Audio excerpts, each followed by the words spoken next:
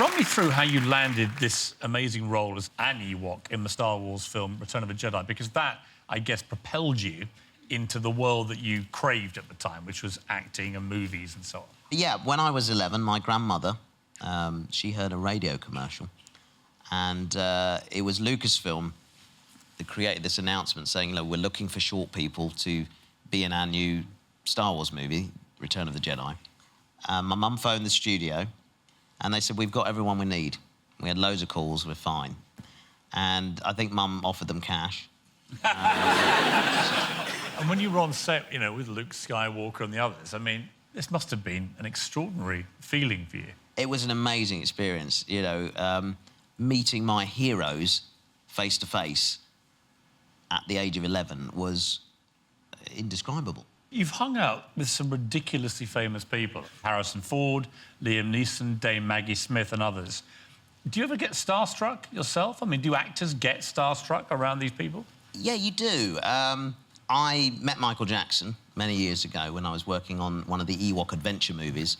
I was out in Northern California working at George Lucas's special effects facility, and he just popped into our studio to say hi, and for me, it was... Rewind. We have a picture of this. There we are. Michael Jackson pops in to say hi to Warwick Davis. He was the biggest star possibly ever. Oh, it was huge at that time, and this would have been about 1984, 85.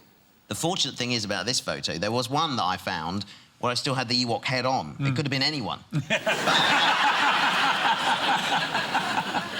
I want to show you another picture. This is from one of your films, Leprechaun, and you starred alongside a young, up-and-coming actress. You're clutching her feet. Yes. In what I can describe as a rather leering manner, Warwick Davis. He's the one that's leering, not Warwick Davis. But when we find out who this is, we could forgive a bit of leering, because... It's Jennifer Aniston. It is Jennifer Aniston. Yeah. In one of her first films. Absolutely, yeah. And I like to think that this is the film that gave her big break.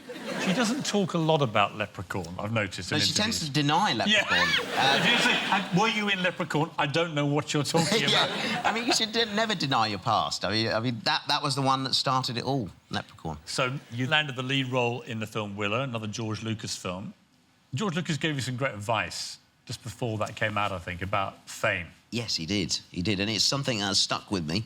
He said, when Willow comes out, you know, things are going to change for you, you'll be recognised, but always remember who you are, stay true to that person, and don't believe the hype.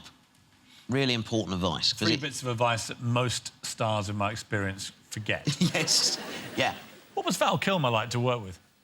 He's fantastic. I mean, without Val, I probably wouldn't have got through that film. He was very physically challenging, very mentally challenging, but Val never let me take it too seriously. You got a dinner invitation with Val in Covent Garden, and some other famous friends, I think, turned up. Who else was there that night? Well, Val invited me for dinner. We were filming, and he said, come to dinner tonight. I said, oh, I'm tired after filming. He said, no, come out. We're going to a lovely restaurant in Covent Garden. Somebody's there, a mate of mine's going to come down. So I quickly phoned my mum, said, can you give me a lift to Covent Garden after filming today? And she had one of these Citroen 2CVs, right? Yes. But this one was orange and white.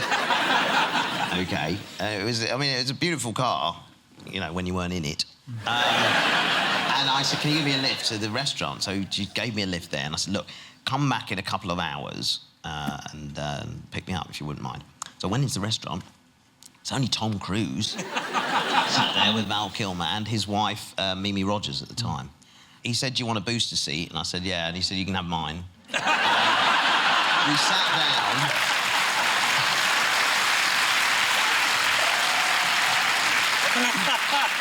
And we were eye to eye. We sat down and we had a lovely meal. It was really, really nice. And I'm keeping an eye on the clock, you see, and thinking, oh, no, Mum's going to pull up outside here in a minute. And there's some sort of orange and white embarrassment. And so I kind of made my excuses and left and sort of ran around the corner so I could sort of head her off before she got up the road where the restaurant was. But, yeah, amazing. What an amazing experience. He was a huge star. I heard you actually got into your mother's car and screamed, go, go, go. Oh, yeah, it was to get out in case they come out following us, you know.